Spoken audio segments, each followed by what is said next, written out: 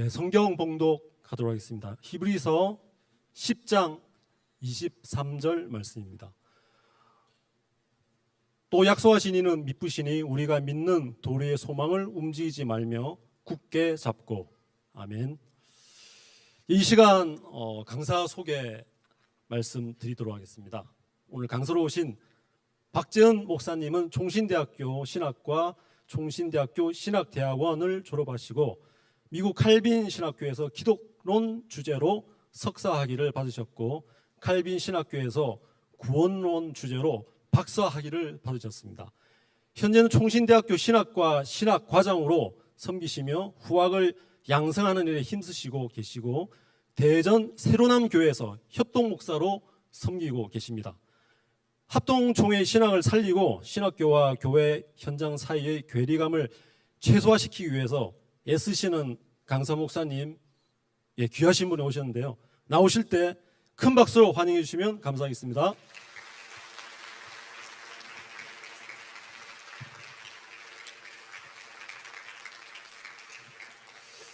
네, 여러분 큰 박수 감사드립니다. 제가 오늘 굉장히 중요한 주제로 함께 여러분들을 만나려고 합니다. 사실 시간이 많지가 않아요. 저한테 주어진 시간은 단 50분. 그렇기 때문에 50분 동안에 제가 준비한 것들, 여러분들과 제가 지금 한 마음이 되어서 이 준비한 주제를 정확히 파악하시지 못한다면 이 예배당을 나가시면 안 됩니다. 왜냐하면 그만큼 오늘은 내용은 되게 중요하고 소중하기 때문에 그렇습니다. 화면이 잘 안 나오고 있는데요. 한번 나오게 좀 만들어 주시고요. 그래서 오늘은 우리가 교사 헌신 예배로 모였기 때문에 교사로서, 그리고 아까 보니까 굉장히 많은 사역들을 하고 계신 것 같은데요. 왜 우리가 주일학교 사역을 해야 되는가, 그리고 교회란 건 무엇인가, 이런 내용들을 오늘 설교 제목이 앞에 나올 겁니다. 한번 화면이 나옵니까 여러분? 네, 나옵니다. 우리 이 주제인데 같이 한번 읽겠습니다. 의지를 갖고. 여러분 졸리세요 혹시? 안 졸리시죠? 예, 저도 지금 안 졸려요. 우리가 이제 쌩쌩하기 때문에 오늘 이 50분 긴 시간도 아니라서 이 주제를 한번 같이 읽겠습니다. 하나, 둘, 셋. 우리가 믿는 도리. 이게 오늘 주제인데요. 잘 보십시오. 우리가 다 교사들로 모였어요. 교사라는 것은 학생들, 다음 세대에게 무엇인가를 가르쳐주는 사람이에요. 그러면 무엇을 전수할 것이냐의 문제예요. 교회 주일학교가 왜 존재하냐면 무엇인가를 아이들에게 전수하기 위해서 존재하는 겁니다. 그럼 우리는 돈을 전수할 겁니까? 사실 돈이라는 것은요, 주님이 오시면 싹 다 없어집니다. 통장 잔고가 0이 된다는 거예요. 왜냐하면 주님이 오시면 새하늘과 새 땅으로 우리가 다 들어가기 때문에 돈의 문제가 아니거든요. 이게 껌뻑거리고 있죠, 여러분? 여러분들 껌뻑거립니까? 안 껌뻑거려요? 나만 껌뻑거리나? 멀쩡 나오구나. 앞에가 껌뻑거려서. 오케이. 그래서 우리가 전수할 것은 돈도 아니요, 아니면 뭐 명예 이런 것도 아니에요. 왜냐면 명예도 사실은 우리가 나중에 주님이 오시면 부활을 하기 때문에 완벽해지거든요. 그러니까 지금 그 명예조차도 사실 전수의 거리가 되지 않습니다. 그렇다면 건강일까요? 사실 건강도 전수할 게 아니에요. 왜냐하면 주님이 오시면 우리는 부활하게 됩니다. 완벽한 몸이 되기 때문에 부활 자체의 소중함 때문에 건강도 전수할 것이 아니에요. 그렇다면 우리는 무엇을 전수해야 하는가? 바로 오늘 주제입니다. 영원한토록 없어지지 않을 것, 새하늘과 새 땅이 되어서 영원토록 없어지지 않을 그것, 그게 뭐냐면 오늘 주제, 우리가 믿는 도리입니다. 이 우리가 믿는 도리라는 것은 절대로 없어지지 않아요. 이것이 없으면 큰일 나죠. 근데 있으면 우리에게 구원이 됩니다. 이게 얼마나 소중하고 얼마나 필요한 것인지를 한번 배우려고 하는 것이죠. 오늘은 그게 4가지로 배울 겁니다. 각각 12.5분씩. 그러면 50분이 딱 나와요. 여러분, 명강사의 특징은 뭐다? 시간을 정확히 맞춥니다. 제가 오늘 그것이 성취될 걸 보여드릴게요. 정확하게. 왜냐면 늦게 맞추면 안 되니까. 제가 요 4가지를 하나씩 말씀드릴 테니 과연 나는 무엇을 믿는 도리로 삼아야 되며, 그리고 우리는 다음 세대 아이들한테 무엇을 전수해야 하는가. 다르게 말하면 오늘 배우는 이 주제를 전수하지 못하면 사실은 소망이 없어요. 왜냐면 오늘 본문이 그 얘기를 말하고 있습니다. 크게 네 가지인데요. 첫째는 믿는다는 게 무엇인가? 왜냐하면 오늘 주제가 믿는 돌이기 때문에 믿음 자체가 뭔지를 배워야 되겠습니다. 가장 소중한 내용이죠. 믿는다는 게 무엇인가를 배우고, 두 번째, 믿는다는 것은 정확히 말하면 믿음의 대상을 믿는 겁니다. 왜냐하면 무엇을 믿는 거잖아요. 목적격 조사라고 불러요. 뭐뭐를. 그 뭐뭐를 믿는다는 뜻은 믿음의 대상이 있다는 얘기예요. 대상. 그 대상을 우리는 교리라고 부릅니다. 말씀이 말하고 있는 바를 믿는 거예요. 막 믿으면 안 됩니다. 그것이 두 번째 챕터고, 세 번째는 모든 믿는 도리가 많은데 그 중에서도 핵심적인 것이 있어요. 딴 건 몰라도 이것은 알아야 됩니다. 핵심적인 것을 전수해야 되거든요. 이걸 배우고, 마지막으로는 이 모든 내용들을 실천적으로 고찰해 보겠습니다. 왜 그러냐면 원래 이러한 주제들은요, 머리만 들어가면 안 돼요. 큰일 납니다. 원래 신학이라는 것과 교리라는 것과 말씀이라는 것이 머리에만 남으면 큰일 납니다. 왜냐하면 굉장히 사람을 교만하게 만들어요. 나는 좀 압니다. 넌 모르지? 이렇게 정지하게 됩니다. 그래서 이 아는 것이 내 삶으로 내려와야 돼요. 그것을 실천이라 불러요. 실천. 그래서 오늘 내용을 어떻게 실천할 수 있을까를 배우면 오늘 마무리가 되는 것입니다. 여러분 준비되었습니까? 벌써 5분 지났어요. 45분밖에 안 남았다는 얘기예요. 그만큼 집중하셔야 됩니다. 자, 보십시오. 첫째, 믿는다는 것은 무엇인가? 이게 왜 중요하냐? 여러분과 저는요, 예수를 믿는 사람이에요. 신자라고 불러요. 신자에 있어서 가장 중요한 것은 내가 무엇을 믿는가요? 무엇을. 그러므로 믿음은 딱 두 가지밖에 없어요. 믿음은 딱 두 가지 중에 하나인데, 참된 믿음이든 아니면 거짓 믿음이든 둘 중에 하나입니다. 이 사이는 없어요. 즉 어쩔 때는 참된 믿음인데 어쩔 때는 거짓 믿음이고, 어쩔 때는 거짓 믿음인데 어쩔 때는 참된 믿음, 이러한 비아 미디아라고 하는 중간지대, 회색지대는 없어요. 왜냐하면 성경에 보면요, 우리 모든 인간은 사탄의 자녀, 본질상 진노의 자녀로 태어난다고 말하고 있습니다. 의인 없을 때 하나도 없어요. 그러므로 본질상 진노의 자녀로 살아가든 아니면 말씀을 듣고, 로마서 10장 17절, 말씀을 듣고 믿음이 나서 그 믿음을 통하여 구원에 이르는, 그 말씀을 통하여 하나님의 자녀가 되든 둘 중에 하나입니다. 중간은 없어요. 어쩔 때는 하나님의 아들이고 어쩔 때는 사탄의 자녀고 왔다 갔다 할 수 없습니다. 이것을 이분법이라고 부르는데, 구원은 그러므로 이분법적인 거예요. 구원은 내가 한번 받아요? 내가 또 막 죄를 져요? 구원에서 탈락하거나 이럴 수 없습니다. 아니면 원래부터 하나님의 자녀로 태어나서 영원토록 하나님 자녀로 살아가는 것도 아니에요. 우리는 성경이 정확히 말하는 것처럼 죄인으로 태어나지만 말씀을 듣고 믿음을 갖게 되어서 이 신칭이 믿음을 통하여 의롭다 인정을 받는 그 개념을 통하여 하나님의 자녀가 되는 권세를 받는 거거든요. 둘 중에 하나입니다. 그럼 여기서 참된 믿음이 무엇이고 거짓 믿음이 무엇인가를 좀 배우겠습니다. 거짓 믿음의 대표적인 것이 뭐냐면 우리가 알고 있는 바로 두 가지예요.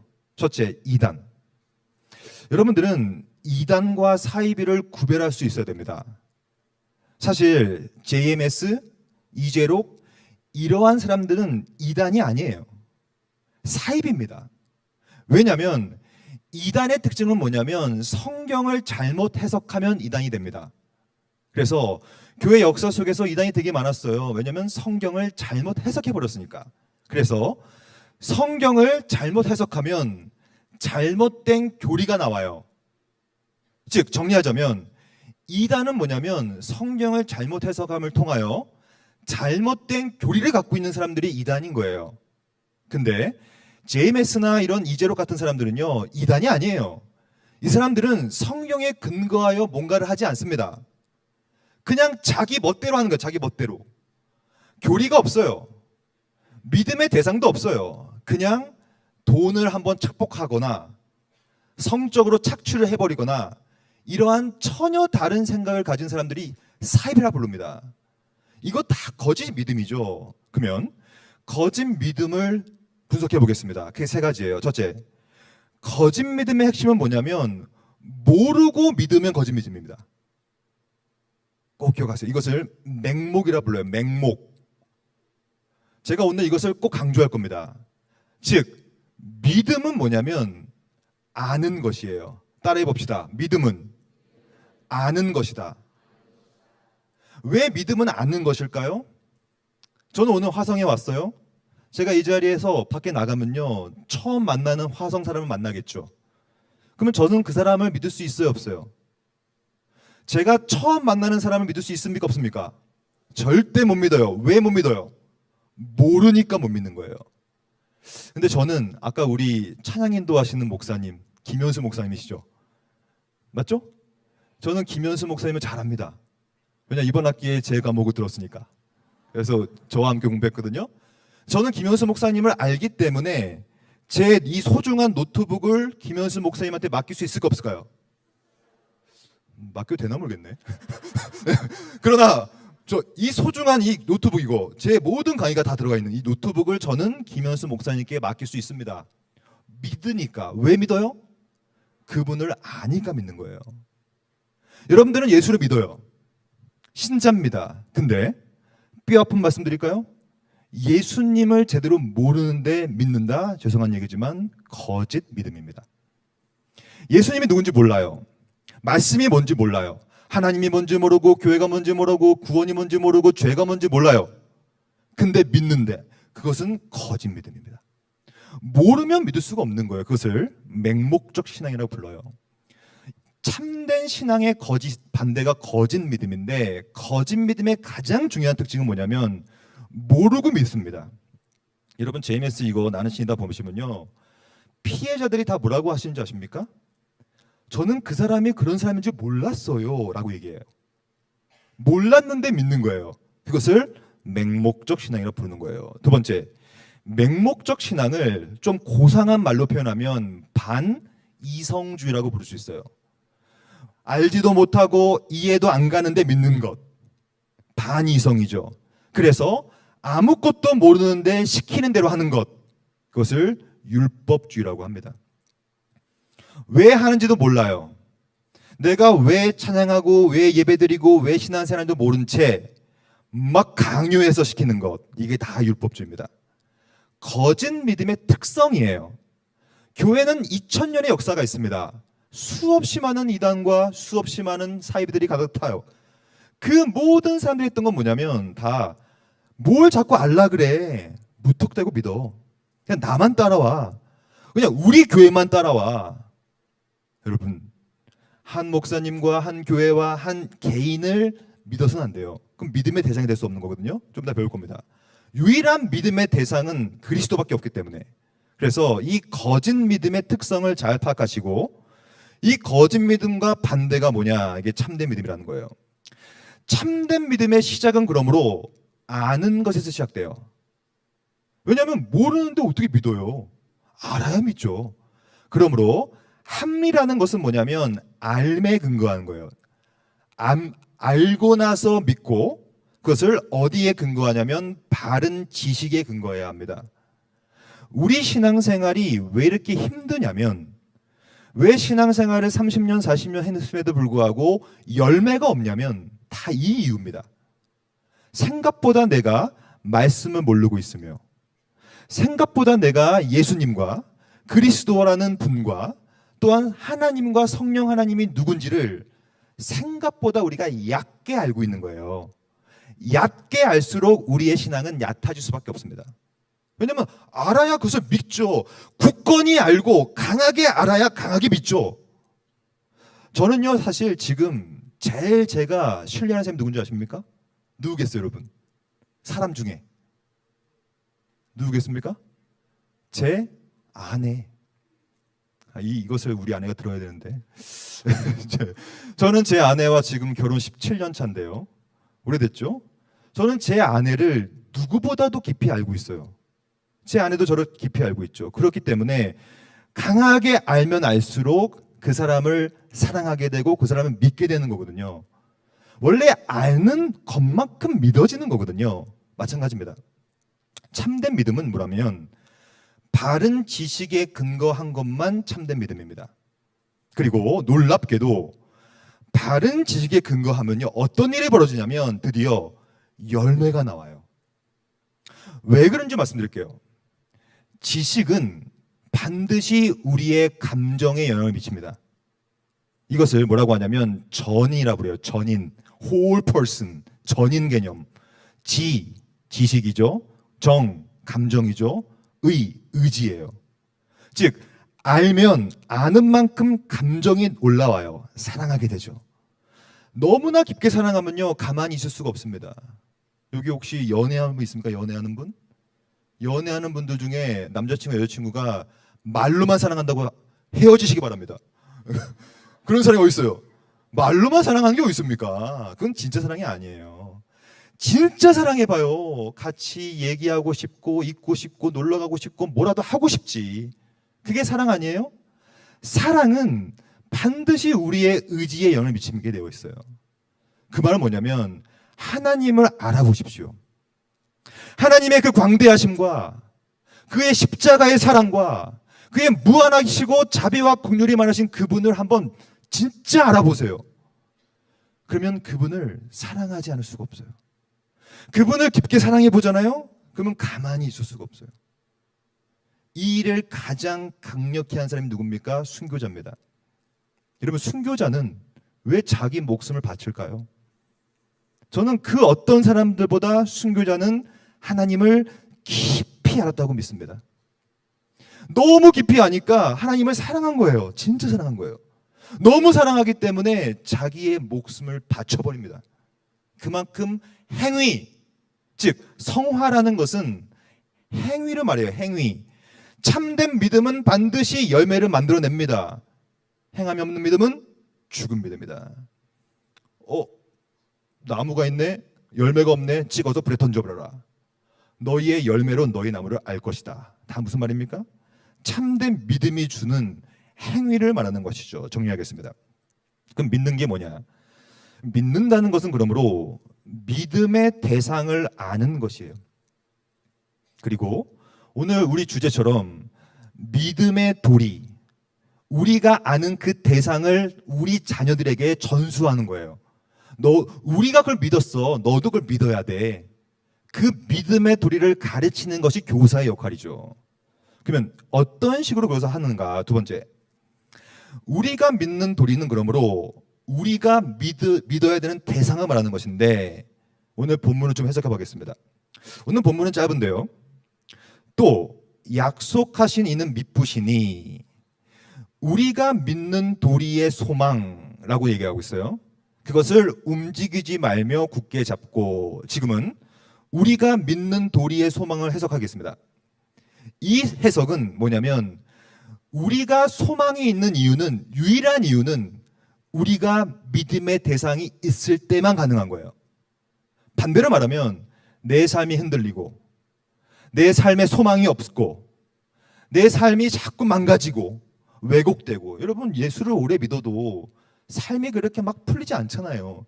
그럴 때도 여전히 우리에게 소망을 줄 수 있는 것은 우리가 믿는 도리를 이해하는 것뿐밖에 없어요. 그럼에도 불구하고 하나님은 미쁘시구나. 여기 나와 있어요. 하나님은 미쁘신데 그분은 약속하시는 분이구나. 언약이라 불러요.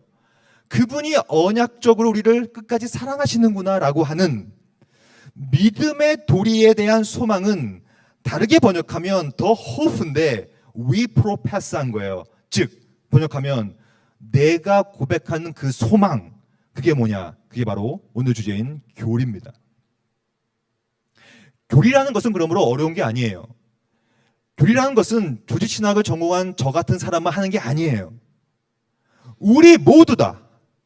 예수를 믿는 우리 모두, 말씀을 공부하는 우리 모두, 설교를 듣는 우리 모두가 바로 내가 믿는 바를 고백해왔던 교리에 대한 소망을 품어야 되는 것이죠. 왜냐하면 이 교리는 누가 만든 것도 아니라 말씀이 말하고 있는 그 내용을 말하는 거예요. 말씀 전반이 말하고 있는 그 내용이 믿음의 도리고 그 믿음의 도리가 소망인데 그것을 전수하는 거예요, 교사들은. 이게 얼마나 소중합니까? 그럼 여기서 여러분 잘 따라오고 계시죠? 좋아요. 지금 굉장히 제가 지금 뭘 느꼈는지 알아요? 스폰지처럼 지금 쭉쭉 빨아들이고 있어요, 여러분. 좋아요. 이 텐션을 유지하시기 바랍니다. 이제 얼마 안 남았어요, 시간이. 이제 금방 갈 시간이 이렇게. 자, 보십시오. 이 교리가 먼저 말씀드릴게요. 교리. 교리는 가장 중요한 개념이 뭐냐면, 교리라는 것은 믿음의 대상을 아는 것이 교리예요. 나는 무엇을 믿는가에 하는 것이죠. 그럼 여기서 믿음의 대상은 딱 한 분밖에 없습니다, 여러분. 뭐냐면 예수님이에요. 즉 그리스도가 누구신가, 그리고 그분이 나를 위해서 무슨 일을 하셨는가, 이것을 뭐라고 하냐면 존재와 사역. 우리 와우리 교회 교사 선생님들은 굉장히 수준이 높잖아요. 이 정도는 이제 이해할 수 있다고 믿습니다. 하지만 이제 좀 더 어려워질 겁니다. 좌절하지 마세요. 제가 설명을 잘 드릴 테니까 믿음의 대상을 파악하시고 오늘 돌아가셔야 됩니다. 그럼 제가 제일 사랑하는 신학자가 있습니다. 바로 헤르만 바빙크라는 분인데, 저는 이분을 전공했고 사실 제가 이분에 관련된 책을 계속 번역하고 있어요. 그만큼 좋은 신학자고, 제가 좀 소개시켜 드리면서 이분이 말씀을 어떻게 하셨는가를 정리해 보겠습니다. 네덜란드 신학자인데 이렇게 썼어요. 성경적으로 말하자면 믿음은 뭐냐면 하나님을 알고 그분이 우리에게 주신 말씀을 아는 것입니다. 반대로 말하면 하나님이 누군지 모르고 말씀이 뭔지도 모르면 믿음은 있을 수가 없어요. 그건 거짓 믿음이겠죠. 모르고 믿는 거니까 맹목적 신앙이겠죠. 그러면 이것을 구체화시키겠습니다. 줌인을 해볼게요. 뭘 정확히 알아야 되는 것인가? 두 가지인데요. 첫째, 그리스도에 대한 사도적 메시지를 받아들이는 거예요. 여기서 말하는 사도라는 것은 신약 성경 저자를 말합니다. 즉 예수님에 대해서 오실 메시아예요. 그 오실 메시아가 신약 성경에 계속 기록되어 있는데 그 성경의 내용을 먼저 이해하고 받아들이는 거예요. 받아들이는 것으로 끝나지면 안 돼요. 두 번째, 그분을, 마지막 문장, 개인적으로 믿는 것이다. 바리새인들도 예수님이 누군지 알았어요. 근데 믿지 않았죠. 믿는 것은 아는 것이 시작되지만 이것을 내가 또 믿어야 돼요. 어떻게 믿어야 되는가? 믿는다는 것은 언제나 그리스도의 인격에 대한 신뢰는 물론이고 하나님이 아들에 대해 사도들, 다 신약 성경 저자들이 말합니다. 그들에게 주신 증언을 받아들이는 것을 포함하는 거예요. 다 무슨 얘기입니까? 아는 것부터 시작하자는 얘기예요. 모르면 믿을 수가 없기 때문에 그렇습니다. 그러나 이 믿음은 하나님이 주신 선물입니다. 믿음은 하나님이 주시는데 언제 주시냐면 내가 말씀을 들어야 돼요. 말씀을 듣고 말씀을 연구하고 공과 공부를 통하여 아이들을 가르칠 때 소위 말해서 말씀이 계시될 때만 믿음을 줍니다. 그 외에는 믿음을 주지 않아요. 왜냐하면 로마서 10장 17절에 정확히 말하고 있어요. 믿음은 들음에서만 오는데 그 들음은 그리스도의 말씀으로 말미암았느니라. 왜 그런지 아십니까? 그렇지 않고 만약에 내가 뭔가를 해서 믿음을 받고 내가 헌금을 많이 내가지고 믿음을 받고 내가 봉사를 많이 해가지고 믿음을 받으면 어떤 일이 벌어지냐면 에베소에 나오죠. 모두 다 아마 자랑하게 될 거예요. 너 믿음 있어 없어? 너 아직 없어요. 아유, 그럴 줄 알았다. 너 열심히 안 해서 그래. 이것도 하고 저것도 하고 해야지 믿음 받지. 그것은 안 됩니다. 왜냐? 믿음이라는 것은 철저히 은혜입니다. 은혜. 그리고 믿음으로 말미암아만 구원을 받는데 이것은 너희에게서 난 것이 아니요.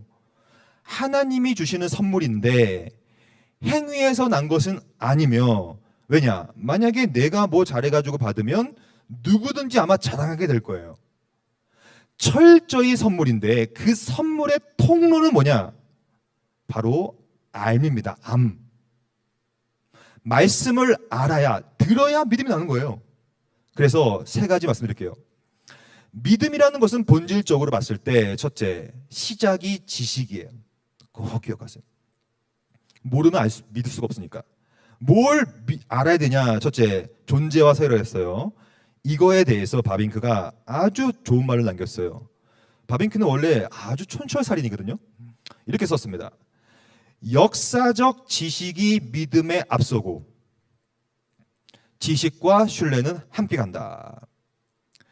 10초 시간을 드릴게요. 이 문장, 짧은 문장이죠. 첫 번째 빨간 줄 그 문장. 이 문장의 의미가 뭔지를 한번 파악해 보시기 바랍니다. 지금까지 제가 말씀드린 내용을 정확히 파악하셨으면 이것을 이해할 수 있을 거예요. 역사적 지식이 믿음에 앞서고 지식과 신뢰는 함께 간다. 무슨 말입니까? 믿는다는 것은 내가 뭔가를 해서 믿는 것이 아니라 이미 말씀이 주어져 있고 그 말씀이 나에게 올 때, 즉 지식이 내 믿음보다 앞서 있는 거예요. 이거 이해되셨어요? 굉장히 소중한 내용인데 이해가 안 돼도 상관없어요. 좀 이따 계속 나옵니다. 그래서 바빙크가 이렇게 말하는 거예요. 그럼 구원은 뭐냐? 구원이라는 것은 내가 말씀을 알 때 그것이 나에게 유익을 준다. 그래서 우리에게 있어서 최고의 상태는 하나님을 아는 것이에요. 여러분들은 평생 무엇에 모든 에너지를 쏟으시겠습니까? 제가 한마디 꼭 드릴게요. 하나님을 아는 것에 집중하셔야 됩니다. 호세아 선지자 말했어요. 힘써 여호와를 알라. 여러분, 여호와를 아는 깊이와 양과 폭의 넓이만큼 내 삶은 반드시 바뀝니다. 왜냐하면 하나님의 말씀은 살아있기 때문에 그래요. 운동력이 있기 때문에 아는 만큼 우리의 삶을 변화시키게 되어 있어요. 어떻게 변화시키느냐? 첫째, 지식에부터 시작하여 두 번째는 반드시 그 지식을 내가 신뢰해야 합니다. 그냥 듣고 끝나는 것이 아니라 에이 이건 나도 아는 일이야 그것이 아니라 그 지식을 내가 신뢰해야 된다는 것이죠. 이 신뢰를 뭐라고 하냐면 인침이라고 그래요. 인침. 이 인을 누가 치시는가? 성령이 치십니다. 성령. 그럼 우리가 할 건 무엇이냐? 우리가 할 거 말씀드릴게요. 말씀이 선포되는 자리에 앉아 있어야 합니다. 말씀이 선포되고 교리 교육이 벌어지고 말씀이 강론되는 순간에 최소한 내 역할은 거기에 앉아서 들어야 돼요. 왜냐하면 바람과도 같은 성령께서 왔다 어디로 왔다 어디로 갈지 모르지만 내가 말씀을 듣고 있을 때 그 말씀을 내 가운데 인을 쳐버려요. 이게 성령의 인침 사역이라고 해요. 성령에 의해 우리 지성에 계시되고 우리 마음에 인을 쳐준다는 거예요. 말씀을. 그럼 어떻게 되냐? 세 번째, 인이 쳐지면 내 가운데 확신이 생겨요. 이 확신은 의지의 영역입니다. 내 마음속에 이제 확신이 생겨요. 어떻게 확신이 생기냐? 믿음은 지성과 의지를 포함하는데 두 가지 기능의 뿔이 박아가지고 지성의 차원에서는 지식인데 지식으로 끝나면 안 됩니다. 그럴 수도 없어요. 반드시 그 지식을 동의하게 되고 이제 그 지식의 대상이라고 하는 하나님을 내가 사랑하고 갈망하며 기쁨 가운데 내가 행하게 되는 것이죠. 이 역수는 큰일 나는 것입니다. 내가 지금 기뻐요. 사랑이 막 있어요. 막 좋아요. 근데 아무것도 모른 채 사랑하는 것은 맹목적 사랑이에요. 아주 위험한 겁니다. 먼저 알아야 되고 그 다음에 동의해야 되며 그 다음에 인을 침을 통하여 드디어 하나님을 사랑하고 갈망하고 기쁨 가운데 있어야 된다. 그러므로 여러분 믿음은 굉장히 복합적인 것입니다. 믿음은 단순히 알면서 끝나는 것이 아니라 아는 것이 우선이지만 반드시 그 알에 대해서 신뢰하고 동의하고 의지를 품고 이제 알고 인격적으로 하나님을 경험하는 것. 바빙크는 정확히 말해요. 성경에서 말하는 믿음은 단순히 지적인 행위가 아니다. 하나님의 권능의 우편에 앉아 계신 그리스도와 인격적 관계와 영적인 유대를 하는 것이 믿음이에요. 그러므로 믿음은 가장 기본적인 삶의 원리고 그리스도가 우리에게 유익을 주는 유일한 방식이고 모든 복의 원천입니다. 이 믿음이야말로 우리의 방향을 제시하고 길을 인도하고 지성과 마음과 생각과 행동과 삶과 행위 뭡니까? whole person, 전인. 믿음만이 우리의 전인을 변경시켜요. 그것은 알매서 시작해요. 알매서. 그래서 유명한 신학자가 있는데 프란시스 투레틴이라는 분이 있어요. 이분이 이렇게 썼어요. 구원에 이르는 믿음은 그러므로 하나의 단순한 것이 아니다. 굉장히 복합적인 것이다. 알고 깨닫고 감정 느끼고 의지를 하여 행위하고 단순히 하나의 성향으로 이해할 수 없는 것이다. 그러므로 여러분, 이 믿음의 대상을 알고 깨닫고 경험하는 것이 핵심인데, 그럼 이것을 어떻게 할 것이냐의 문제예요.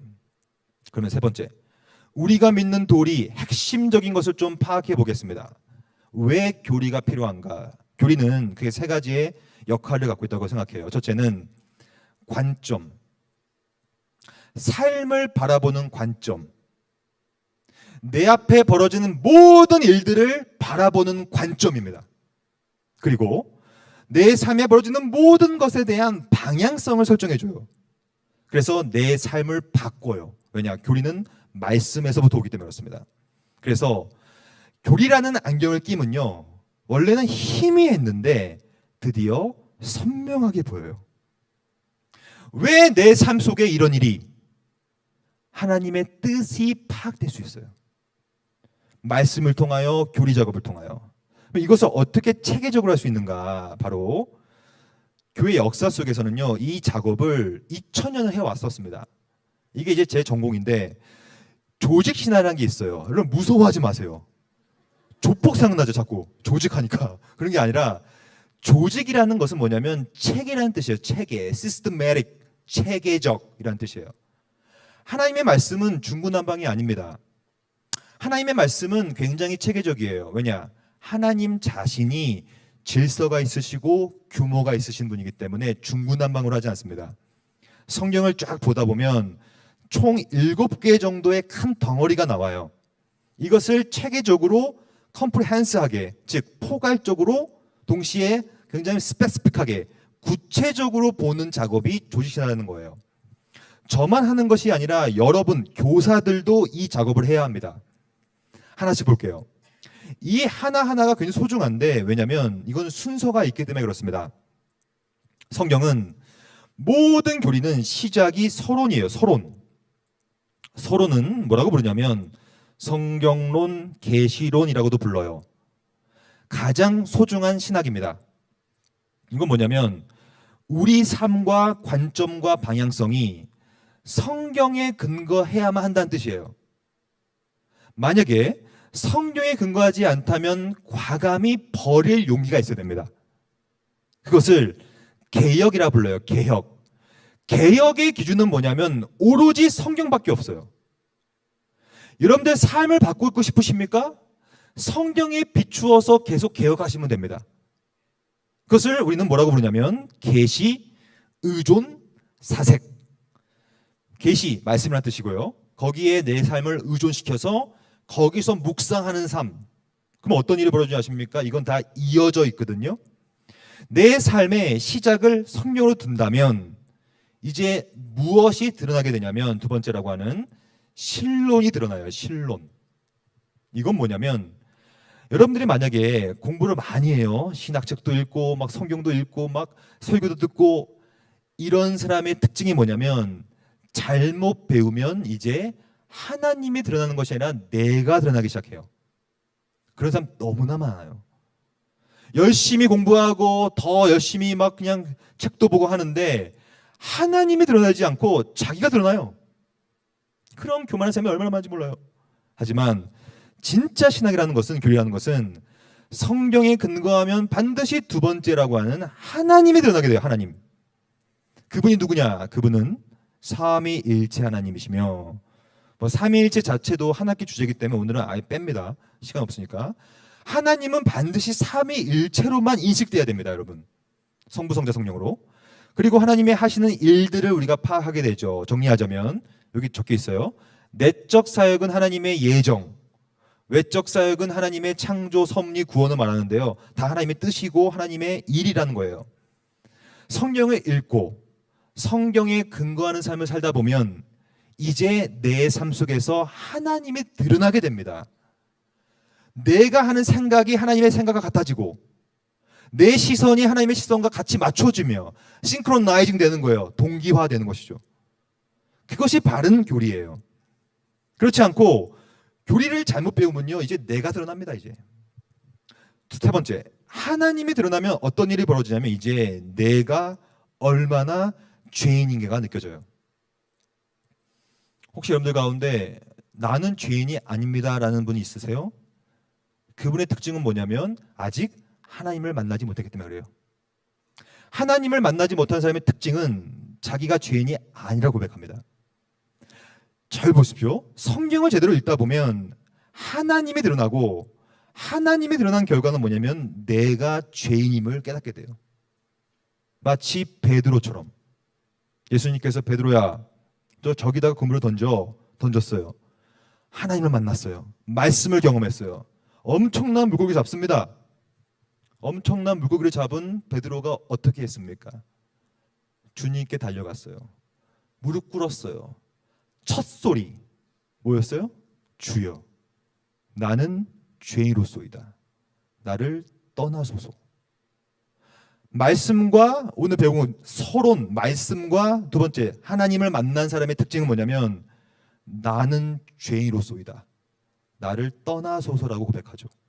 그것이 죄인됨을 인정한다는 얘기예요. 그것을 뭐라고 하냐면 인죄론이라고 불러요. 인간의 죄악된 사상. 인간이 죄가 많다고 깨닫는 순간 어떤 일이 벌어지냐면 이제 예수를 믿게 됩니다. 왜냐? 나는 이제 끝났구나. 나는 죄인이구나. 누가 나를 건져낼 것이냐? 바로 예수 그리스도. 그것이 바로 기독론이라는 거예요. 저는 THM 석사 때 기독론을 전공했는데 기독론이라는 건 뭐냐면 그리스도론이라는 뜻이에요. 그리스도라는 분이 누구냐? 존재. 그분이 무슨 일을 하셨느냐? 사역. 이 두 가지에 대한 관점을 갖고 있어야 합니다. 예수님이 누구신가? 예수님이 누군가를 알면 어떤 일이 벌어지냐? 제 5대 강론, 제 박사 주제인데요. 구원. 예수 안에 있는 자는 구원을 받게 돼요. 구원은 여러 가지가 있는데 순서라는 것이 있는데 오늘은 넘어가고요. 구원은 그리스도를 믿음을 통하여 성령께서 그 구원을 인쳐주는 작업이에요. 구원의 적용이라고 불러요. 그러면 구원받은 사람들이 한두 명이 모이면 뭐냐면 교회입니다. 교회라는 것은 뭐냐면 그리스도 안에서 언약 공동체를 갖는 거예요. 교회는 그러므로 언제나 공동체입니다. 어떠한 공동체냐면 오늘 우리 말씀 주제처럼 우리가 믿는 도리 복수형입니다. 내가 믿는 게 아니에요. 우리가 모두 다 같이 믿는 그 도리를 갖고 가는 것이 교회입니다. 그러므로 교회는 반드시 같은 신앙 고백을 해야 돼요. 다른 신앙 고백하면 안 됩니다. 왜냐하면 우리는 같이 언약 공동체니까. 교회는 그러므로 반드시 말씀이 선포돼야 되고 성례와 체리가 있어야 되겠죠. 하지만 이 모든 것들은 아직 완성되지 않았어요. 왜냐하면 죄 때문에 그렇습니다. 그래서 유일하게 완성될 그 순간은 주님이 다시 오시는 재림. 재림은 그게 세 가지예요. 가시적 재림, 몸을 갖고 오신다는 뜻이에요. 예수님은 몸을 갖고 다시 오십니다. 왜냐하면 하늘로 올라가실 때 천사들이 너희들 왜 그렇게 울고 있느냐? 그분은 올라간 그 모습 그대로 다시 내려올 것이다. 이게 가시적 재림을 뜻하는 거거든요. 왜 가시적 재림을 하시는가? 여러분과 저도 부활을 하기 위해서 그런 거예요. 그래서 승리적 재림, 영광적 재림을 통하여서 부활체와 새하늘과 새 땅이 앞으로 주어지게 됩니다. 이것은 제가 짧게 했지만 소위 7가지의 강론이라고 하는데 교리의 체계라고 불러요. 이 체계가 정확히 있는 아이와 없는 아이는 삶의 방향이 바뀝니다. 그건 분명해요. 이건 다 말씀에 근거한 교리체이기 때문에 결국에는 하나님과 나의 죄악됨과 그리스도와 구원과 앞으로의 종말을 기대하기 때문에 어떻게 되냐면 한 아이의 관점과 한 사람의 방향성과 한 사람의 삶의 색깔이 바뀝니다. 이건 분명한 사실이에요. 저는 오늘 와우리 교회에 처음 왔어요. 제가 오기 전에 내비게이션을 찍고 왔어요. 왜냐면 어딜 갈 때 내비게이션을 찍고 가야 되지 않겠습니까? 내비게이션 찍지 않으면요 이게 돌아가요. 이렇게 제가 이 지도를 보니까 야 화성 저 밑에 있죠? 경기도가 이렇게 넓은데 화성이 꽤 넓네요. 근데 저는 사실 서울에 살거든요. 서울 상도동에서 화성까지 오는데 만약에 내비게이션이 없었더라면 저는 이 자리에 없었겠죠. 아직도 좀 돌고 있겠지 어딘가에. 그만큼 정확한 길이 중요하고 방향이 중요하거든요. 뭐 이상한 데로 가면 안 될 거 아니겠습니까? 나침반이 중요한 이유가 그겁니다. 근데 사실 우리 삶이라는 것이 여러분 어떤 거냐면 여러분과 저의 삶은 마치 이런 것 같아요. 뭐 보입니까? 안 보여요. 이게 우리 인생입니다. 1초 앞도 안 보여요. 저는 총신대학교 신학과에 소속되어 있는데요. 늘 만나는 친구들이 20살, 21살, 22살, 23살, 많아봤자 25 복학생들. 그 20대 친구들이요. 얼마나 고민이 많은지. 앞으로 내가 뭐가 될 것이냐 불투명하고 왜 이렇게 가정이 깨어 있는지. 엄마 아빠 맨날 이상한 욕하고 막 서로. 왜 이렇게 삶이 힘든지.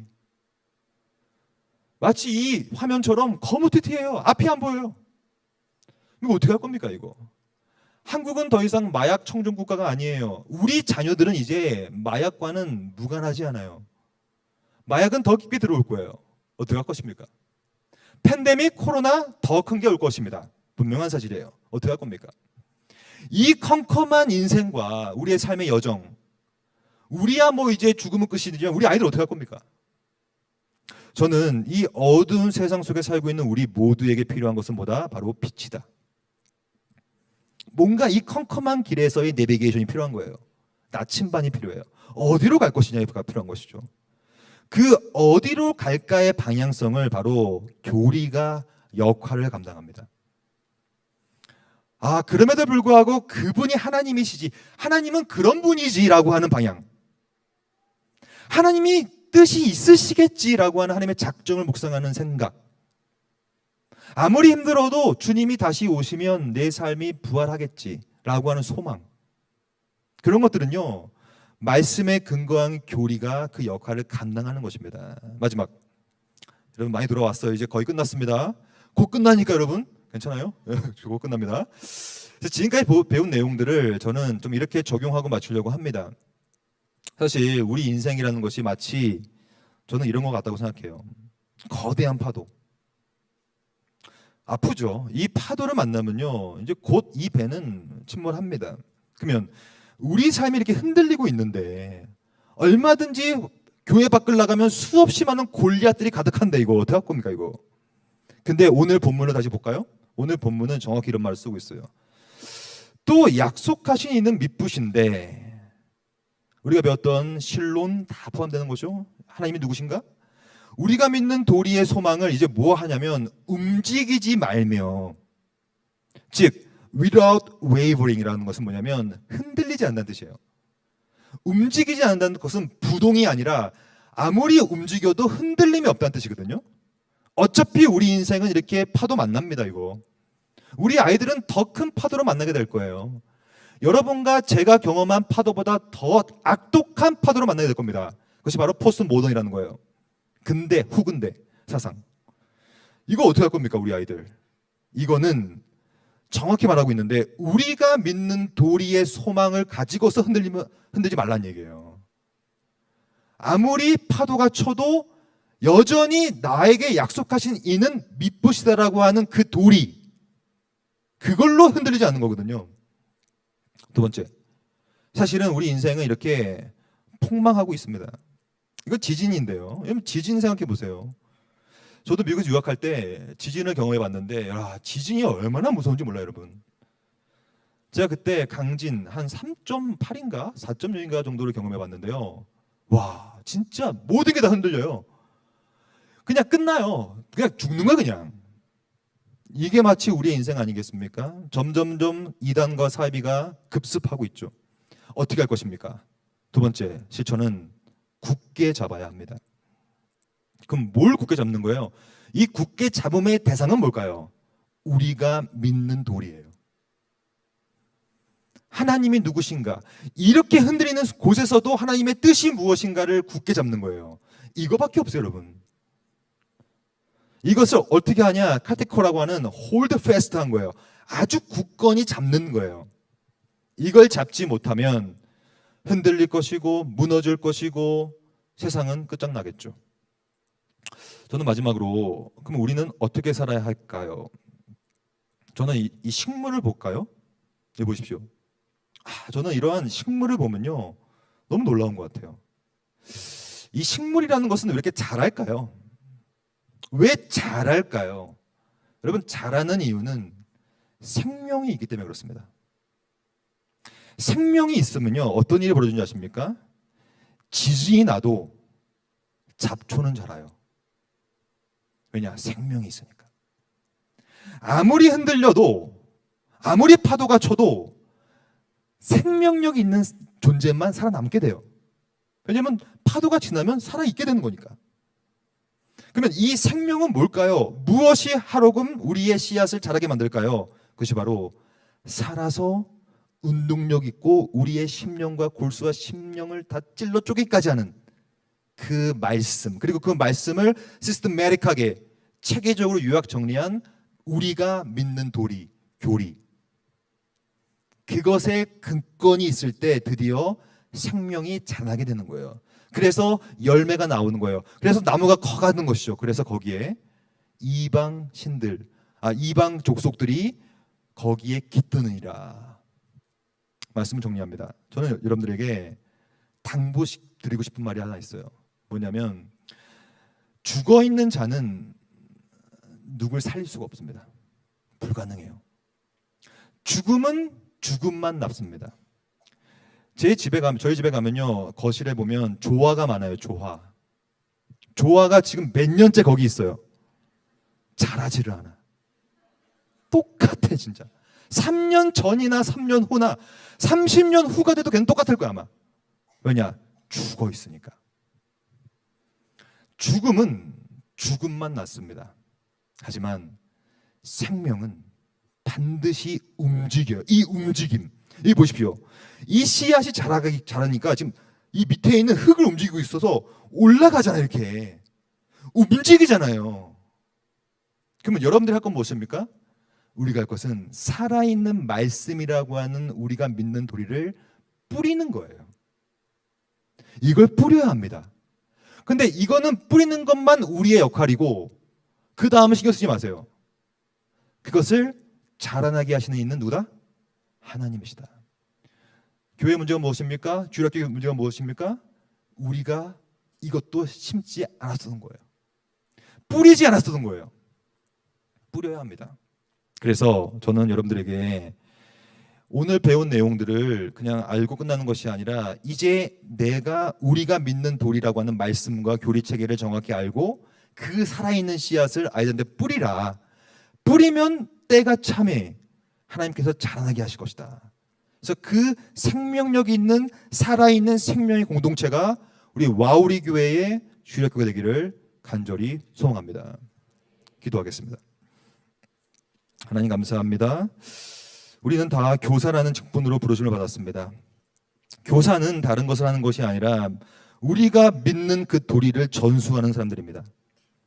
그것이 말씀이고 그 말씀을 체계적으로 요약한 것이 교리며 그 교리는 체계적이기 때문에 그 씨앗이 제대로 심겨지기만 한다면 반드시 자라고 열매를 맺고 꽃이 피게 되어 있는 것입니다.